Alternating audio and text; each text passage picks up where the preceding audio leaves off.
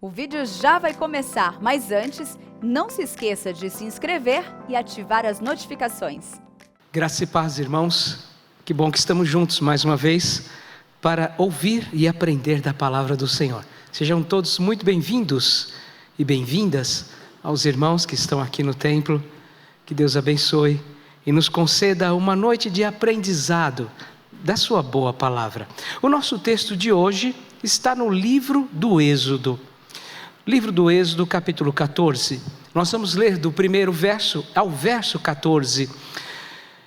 Esse texto da palavra do Senhor, que retrata um momento tão importante da história do povo de Deus. Certamente, todos os momentos que vivemos com o Senhor são importantes, relevantes e preciosos.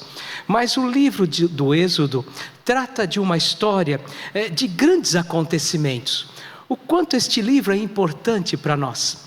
Não podemos subestimar a sua grande importância, pois é a palavra de Deus, que diz assim, em Êxodo capítulo 14, do verso 1 ao verso 14. Acompanhe a leitura que farei desses versos, que começam assim dizendo: Disse o Senhor a Moisés: Fala aos filhos de Israel que retrocedam e se acampem defronte de Piairote, entre Migdol e o mar, diante de Baal-Zefon. Em frente dele vos acampareis junto ao mar. Então Faraó dirá dos filhos de Israel: Estão desorientados na terra. O deserto os encerrou.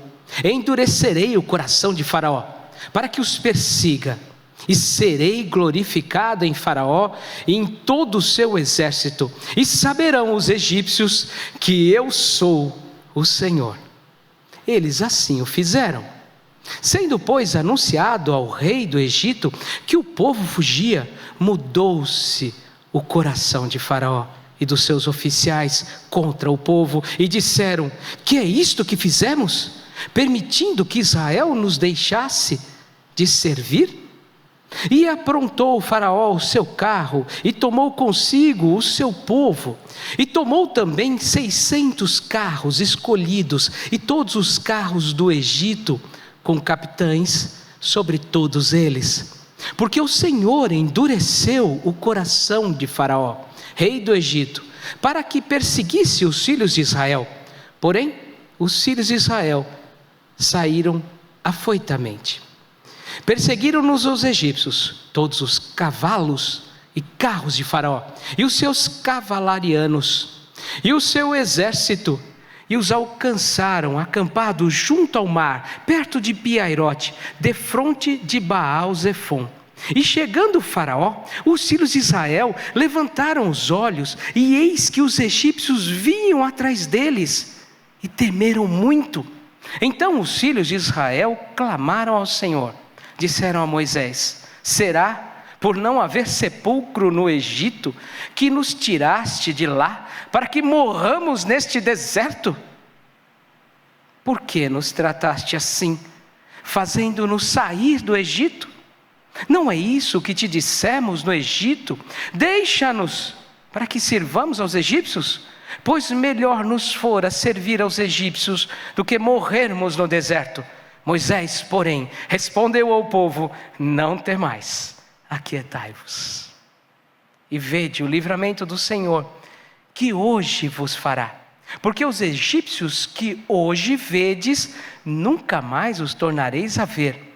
O Senhor pelejará por vós, e vós vos calareis. Senhor, nós intercedemos agora por nós, que recebemos a Tua palavra lida. Intercedemos, ó Deus, clamando que o Teu Espírito Santo testifique, testemunhe e fale ao nosso coração. Que sejamos iluminados pelo Teu Santo Espírito para entendermos a Tua palavra. Em nome de Jesus oramos. Amém. O dia em que meu pai me ligou, na madrugada do dia 26 de setembro, e anunciou que minha mãe havia falecido, eu fiquei sem palavras. Eu fiquei sem palavras, porque o momento exigia. Eu fiquei sem palavras, porque não havia como me expressar naquele momento. Não conhecia palavras para explicar a minha dor. Você já ficou sem palavras alguma vez? Você já ficou naquela situação onde não sabia o que dizer? Onde não havia o que falar? Às vezes nós simplesmente nos deparamos com situações onde não há o que falar. O silêncio é a única resposta. E é nesse ponto que eu quero chamar a sua atenção. Seria o silêncio uma resposta certa para determinados momentos? Sim. Há momentos em nossa vida que o silêncio é a melhor resposta. Há momentos em nossa vida que o silêncio é de fato o que devemos usar como resposta para as situações que a vida nos proporciona. Nós estamos diante de uma situação da vida. O livro do Êxodo é extremamente importante. É claro que é um livro histórico, mas repare, é um livro que conta uma história, mas uma história associada ao Cordeiro de Deus. Não é neste livro que aprendemos sobre a Páscoa? Não é neste livro que descobrimos que o Filho de Deus, aqui representado num cordeiro, mas sem dúvida nenhuma, de maneira didática, apresentado para essas pessoas como aquele que seria capaz de redimir o seu povo? É nesse texto que nós aprendemos tantas coisas preciosas acerca de como Deus é poderoso para libertar o seu povo, não só da escravidão do Egito, mas das garras do pecado. É nesse livro, sim, que nós aprendemos histórias que dizem respeito ao povo de Deus e que marcaram a história do povo de Deus, mas que trazem verdades de caráter eterno, verdades que se repetem, porque a verdade de Deus é sempre repetida, ela não tem fim. A verdade que nós encontramos no livro do Êxodo também nos fala de um povo que, assim como nós, assim como eu e você, precisa aprender a lidar com as situações da vida. Então o que nós temos aqui não é apenas um momento histórico, é uma lição preciosa para pessoas como eu e você, que diante das aflições muitas vezes querem encontrar uma resposta, e diante das aflições essa resposta às vezes sai de maneira equivocada, porque como os egípcios, ou como os israelitas diante dos egípcios, que agora estão enfrentando uma situação de grande adversidade, eles procuraram uma resposta, e eu não creio que foi a melhor. Nós temos aqui um povo que está saindo e se movendo para um novo lugar. Isso é muito difícil. Deixar para trás toda a sua história, a sua família, pelo menos de amigos, porque os israelitas foram, mas deixaram para trás muitas coisas. Deixaram para trás uma história que fazia parte da vida deles, cheia de sofrimento, porque eles foram açoitados no Egito. Cheia de sofrimento, porque viveram como escravos, foram escravizados. Uma história cheia de dor. Mas ali estavam as suas casas, ali a vida também de alguma forma fazia sentido para eles. E eles saem, e na jornada, na saída, é muito difícil deixar tudo. E eles enfrentam muitos desafios.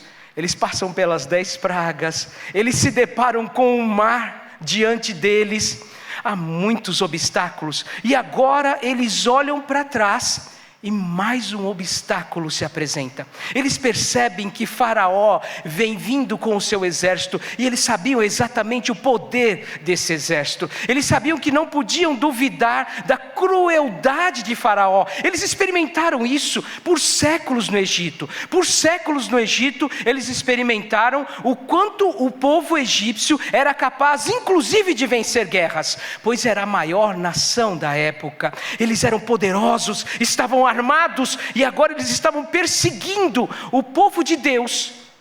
E é nessa hora que o povo de Deus olha para trás e vê o que está acontecendo, que eles procuram uma resposta. E essa resposta é apresentada para nós de uma maneira muito clara, a partir da conversa que o povo tem com Moisés, especialmente o verso 11. Deus está trabalhando de uma maneira maravilhosa. Ele está conduzindo todas as coisas. Ele endureceu o coração de Faraó por um propósito que haveria de glorificá-lo. Ele fez todas as coisas, muitas de forma silenciosa. Outras ele falou para Moisés o que estava para fazer. O fato é que o povo de Israel, neste momento, precisa encontrar algo para falar. E eles falam. É muito difícil segurar ou conter a língua. Não é nada fácil. Antes de você criticar aqui este povo, lembre-se que nós passamos por situações semelhantes. Tiago fala sobre isso. Diz que aquele que é capaz de controlar a sua língua é o perfeito varão. Nós bem sabemos o quanto é difícil ficar calado diante das situações que a vida nos proporciona. Aliás, você se lembra do Salmo 39? Davi nesse salmo nos dá uma lição muito preciosa. Ele diz que tentou segurar a sua língua. Ele não queria usar palavras diante dos ímpios. E ele então amordaçou a sua boca. É claro, isso é só uma figura. Ele tentou amordaçar os seus lábios. Ele tentou conter a sua língua. Mas ele não suportou. Ele não aguentou. O seu coração ficou em chamas e ele então falou.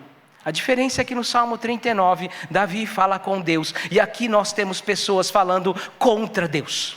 Eles se levantam contra Moisés, e eles dizem para Moisés: era melhor ter morrido no Egito, era melhor ter passado por toda aquela aflição, do que ter tido alguma esperança de encontrar salvação sem a encontrar. Era muito melhor, Senhor, se o Senhor tivesse deixado a gente como escravos. O que eles estão falando?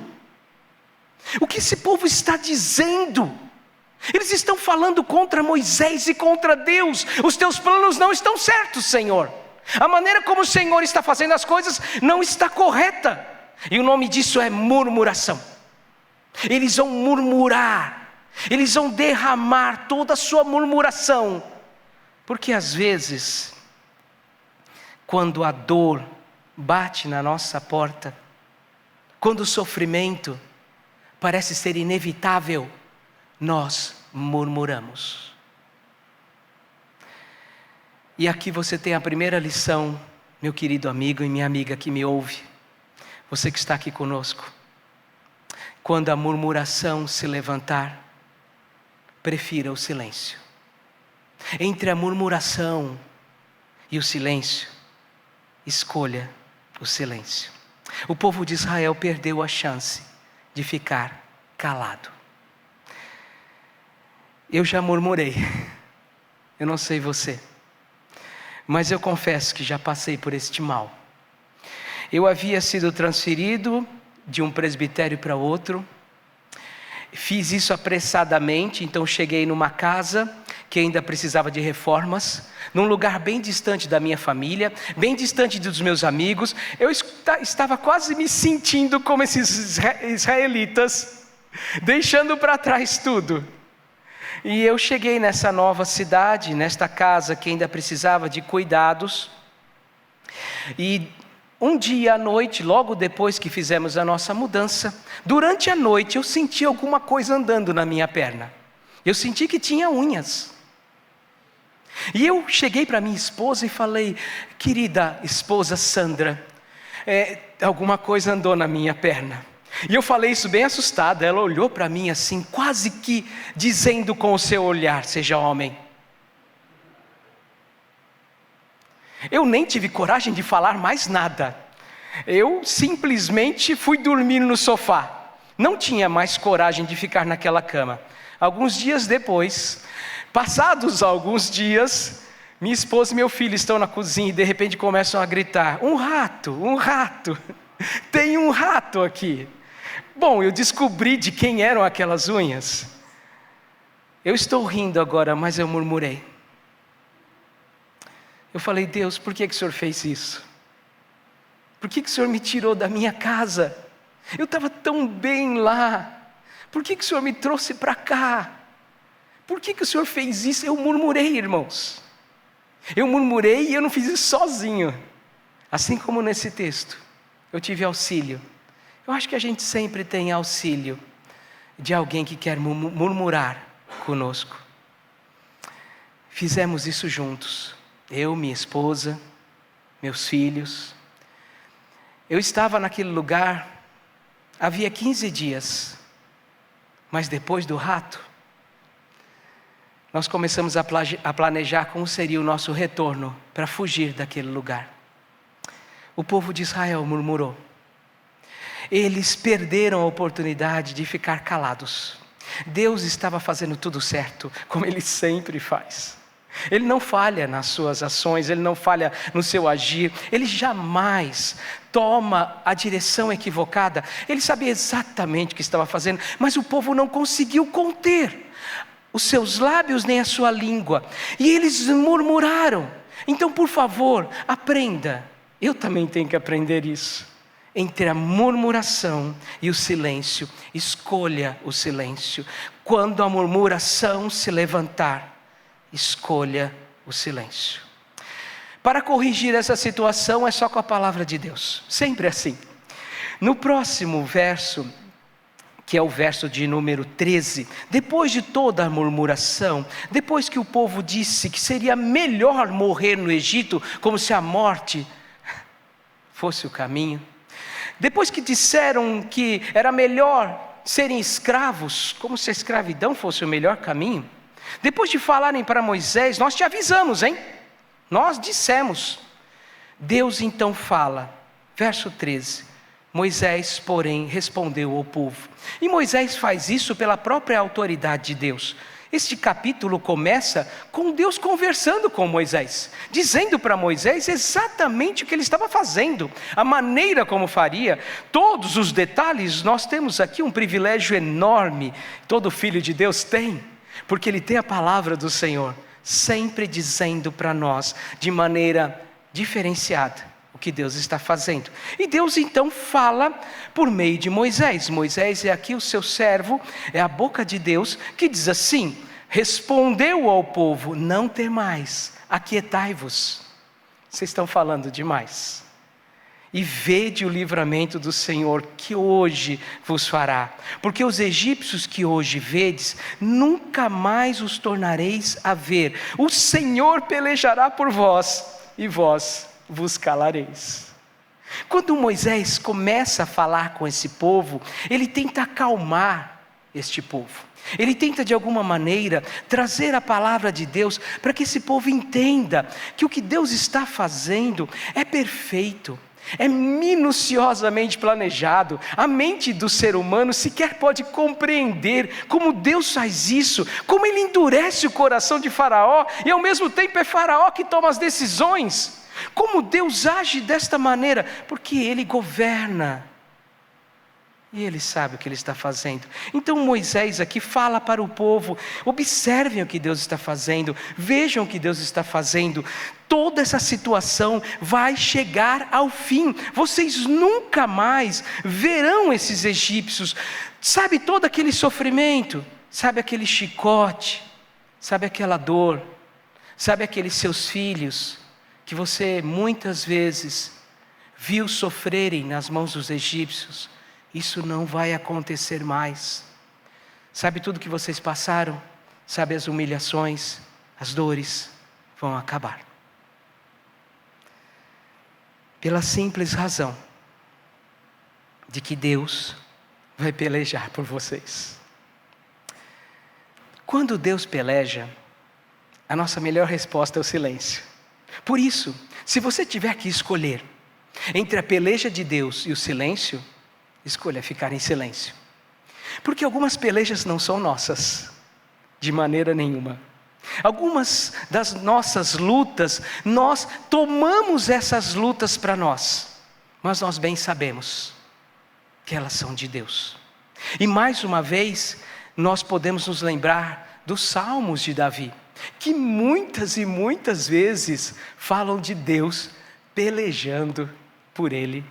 Nós podemos nos lembrar do que a Bíblia ensina em todos os lugares, que o Senhor é aquele que toma a dianteira, que Ele é o nosso escudo, que Ele traz nas mãos a espada, que Ele é verdadeiramente o Senhor dos exércitos. Essa expressão tão linda, tantas vezes repetida, tantas vezes anunciada, deixa claro que o Senhor tem todo o governo, e não só isso, Ele tem todo o poder para batalhar e vencer todas as nossas lutas. Ele não pode ser vencido, Ele não pode ser superado, Ele não pode ser sequer enfrentado como se fosse igual, Ele estivesse em pé de igualdade. Não, Ele está acima de tudo e de todos. E aqui este povo deveria aprender isso, e da maneira mais correta, se calando, porque quando Deus peleja, nossa melhor resposta é o silêncio. Muitas vezes Deus faz isso da maneira mais dura.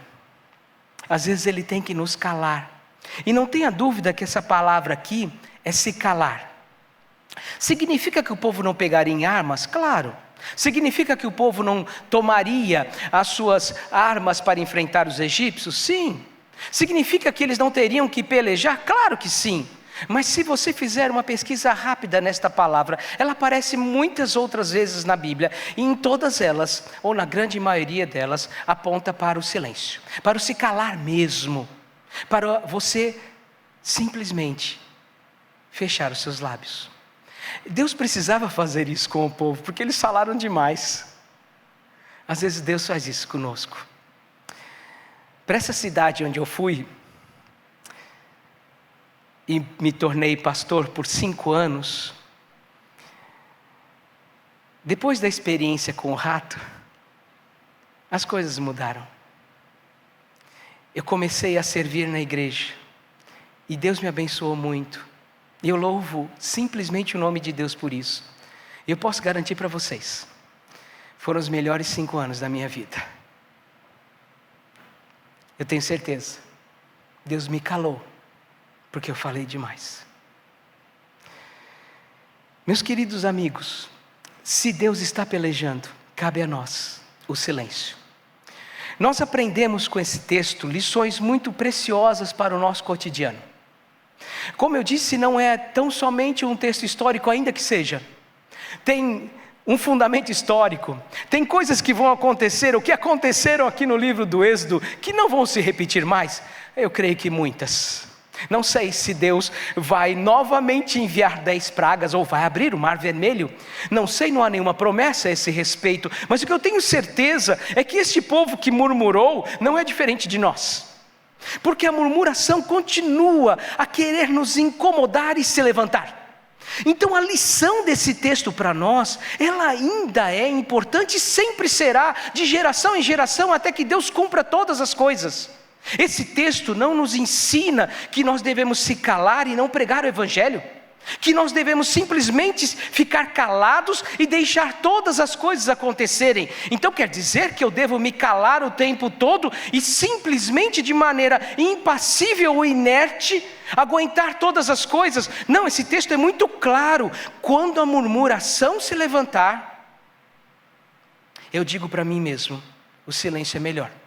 Esse texto não está dizendo para você que a sua voz não é importante, ou que você não será ouvido, ou que a sociedade não precisa saber das verdades de Deus. Esse texto está dizendo para nós que não devemos incomodar, por favor, aqueles que estão diante de nós com a pregação do Evangelho. Jamais. Nesse momento você não tem o direito de se calar. Mas o texto é claro. Quando a murmuração se levantar, prefiro o silêncio. Você pode falar muitas coisas. Eu mesmo sou bem falante. Você pode falar com a alegria do Evangelho. Você pode falar a plenos pulmões sobre a verdade de Deus. Mas se porventura você identificar que está chegando aos seus lábios a murmuração, que o seu desejo é questionar os planos de Deus, ou questionar o que Deus está falando, ou simplesmente falar algo que ofenda a glória de Deus, escolha o silêncio. Esse texto não está dizendo para nós que a gente não deve falar nunca, e nem deixar de fazer as coisas. Então eu simplesmente devo ficar bem quieto, bem encostado ali no meu lugar, sem me mover, vou deixar Deus fazer isso. Não, entenda, o texto também é claro. Há situações em que você é chamado para fazer as coisas, mas você tem que reconhecer que algumas pelejas não pertencem a você. Algumas batalhas não pertencem a nós. Há muitas batalhas, na verdade, que não pertencem a nós. Há batalhas contra doenças. Há batalha contra sistemas. Há batalhas contra situações que não estão no nosso controle. Não são batalhas nossas. Nós não temos armas para enfrentar. Nós não temos como fazer isso. Às vezes, simplesmente o que nós temos que fazer é reconhecer: essa batalha não me pertence. Eu não posso fazer nada. É uma batalha de Deus. Deixa Ele pelejar. Eu me calo. Esse texto ensina para nós de maneira muito clara que nós precisamos entender o nosso lugar e compreender que algumas batalhas só o Senhor pode vencer por nós. Meus amigos e irmãos, eu termino essa breve devocional, esse breve sermão, me lembrando da importância desse texto quando eu reconheço Jesus.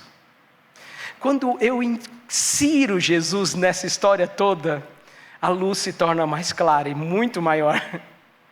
Porque esse homem chamado Jesus ensina para nós que, de fato, o silêncio é a melhor resposta. Quando ele esteve diante de um tribunal que o acusou e o colocou numa situação terrível, ele simplesmente se calou. Eu vou ler para você Isaías 53, verso 7. Ele foi oprimido e humilhado, mas não abriu a boca. Como cordeiro, foi levado ao matadouro, e como ovelha muda perante os seus tosqueadores, ele não abriu a boca. Se Jesus guardou o silêncio, se Jesus soube a hora de se calar, porque ele podia ter murmurado: o que é isso, Senhor? Sou teu filho, vim fazer a tua obra, e agora a cruz me espera. Mas ele se calou. Ele podia ter murmurado contra aqueles que o abandonaram. Onde estavam os seus discípulos no seu julgamento? Onde estava Pedro? Onde estavam os seus amigos? Ele poderia ter, sim, murmurado, mas ele se calou. Ele sabia que aquela peleja era de Deus, porque era Deus que ia ressuscitá-lo dos mortos. Se Jesus se calou, se Ele mesmo guardou o silêncio, devemos também fazer o mesmo. Na hora que a murmuração vem, o silêncio é a melhor resposta. Na hora que Deus peleja, o nosso silêncio é a melhor resposta. Deus abençoe sua vida. Vamos orar? Obrigado, Senhor, pelo que aprendemos nesta noite. Que o Senhor nos dê a graça de agora aplicarmos ao nosso cotidiano. Em nome de Jesus oramos. Amém.